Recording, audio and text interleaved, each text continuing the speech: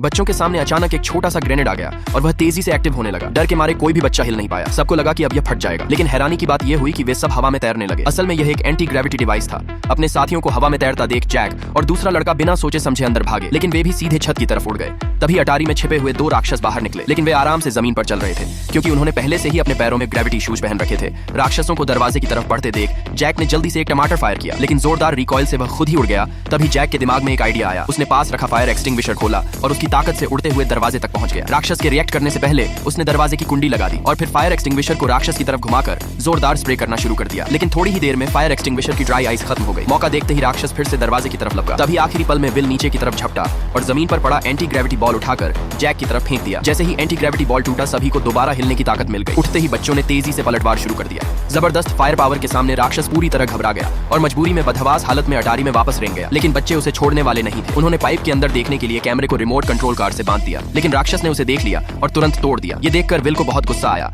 और उसने जलते हुए पटाखे सीधे पाइप में फेंक दिए। अंदर की तंग जगह की वजह से लगातार धमाकों में राक्षस बच नहीं पाया। उनमें से एक गलती से पैर फिसलने से नीचे गिर गया और सीधे लड़की के कमरे में आ गिरा। उसकी मासूम और थोड़ी बेवकूफ सी शक्ल देखकर लड़की ने भी अपना पहरा ढीला कर दिया।